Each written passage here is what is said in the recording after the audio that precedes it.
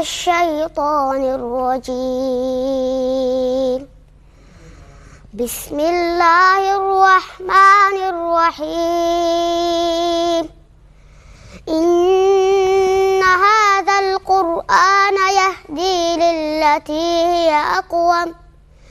هي أقوم ويبشر المؤمنين الذين يعملون الصالحات أن لهم أجرا كبيرا، وأن الذين لا يؤمنون بالآخرة أعتدنا لهم عذابا أليما. ويدعو الإنسان بالشر دعاءه بالخير، وكان الإنسان عجولا.